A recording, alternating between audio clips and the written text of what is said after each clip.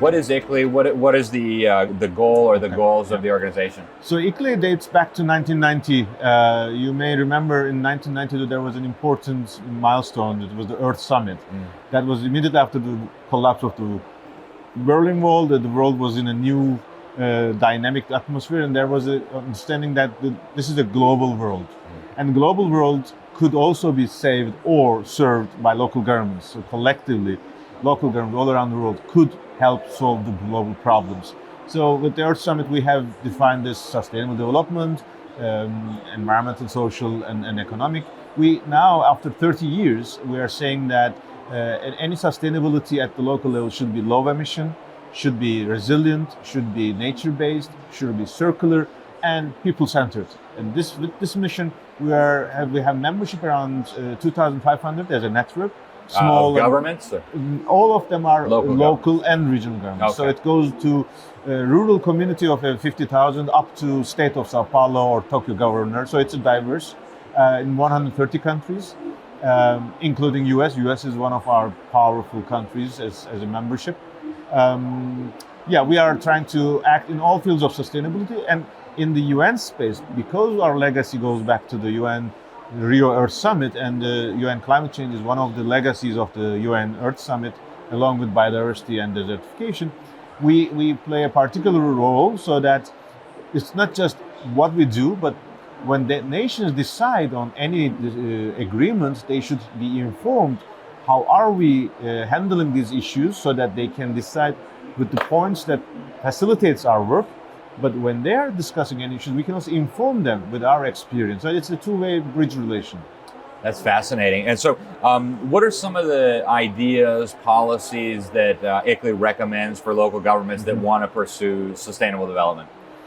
Well, as we said, the Earth Charter, it was in 1902, it was guidance for us that while we are acting, we should also be taking care of the future generations. That it is not just us enjoying this world's privileges. It's a beautiful earth, but we should make sure that we do not exploit it so bad. And in that sense, that is the point. Both the opportunities of a new civilization, which is low carbon, resilient, and the impacts of the inaction, which is the climate disasters, is now beyond the capacity of one single city anymore. It's not anymore neither a mega city nor a mega country.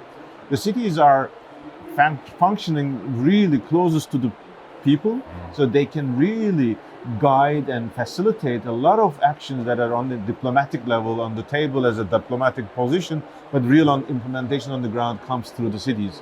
But we are also saying that, look, if you do not offer us the real financial resources, if you do not support our city staff, if you do not give us the equipments that we need in the convenient sources, this commitments cannot be implemented. The cities are saying that we are a partner, we can help you, as long as you can also help us, so that you recognize us officially. And this COP in Sharm El Sheikh, in fact, we are following these negotiations since its beginning, 95. This is a turning point because we are saying that this is the second phase of the Paris Agreement starting, because we have a Glasgow Pact and last year. And there's a famous or important for us, it's phrase. It says the Glasgow Climate Pact recognizes the need, urgency for multi-level and cooperative action. This term multi-level is introduced by us, the networks, and we are now saying that it is time to deliver that. If we want to reach the goals of Paris Agreement, all levels of government should act together. What are some specific ways that a city can contribute to achieving that goal? Well, first of all, cities are the places where people decide on how to consume, how to use resources, and how to perform a living, the way they build their houses, the way they commute, the way they manage their waste, the products, the food that they consume. These are all the ones that impact or they shape the fossil fuel economy. In that sense, we are always saying that the latest reports, it's the more than half of the population is living in the cities at the moment, but they are contributing to the GDP and also the emissions. But it's exactly this point that if you imagine a railway system that you are constructing in a city, it shapes the next 20, 30 years of your lifestyle, and that it is either environmentally safe or depending on private cars or oil consumption fuels. So the cities are in fact literally the policies that are adopted here, the places where it turns into action. And wise leaders, politicians, skilled city staff, and community engagement are the three things that really makes a city on path to sustainability. And in that sense, we have to make them that they have the data, they measure and they track their performance, and they communicate this with their citizens, and they encourage them to be responsible through climate emergency declarations at the council level or global town halls that they are convening so that citizens can feel that they are part of the process. This doesn't easily happen in the UN space. Therefore, we are saying to the UN that we can make this happen on the ground, provided that then you feed this information, bring to the UNFCCC table as well. So you mentioned data. What are some data points that you guys recommend or believe that cities should start tracking to help make the city more sustainable?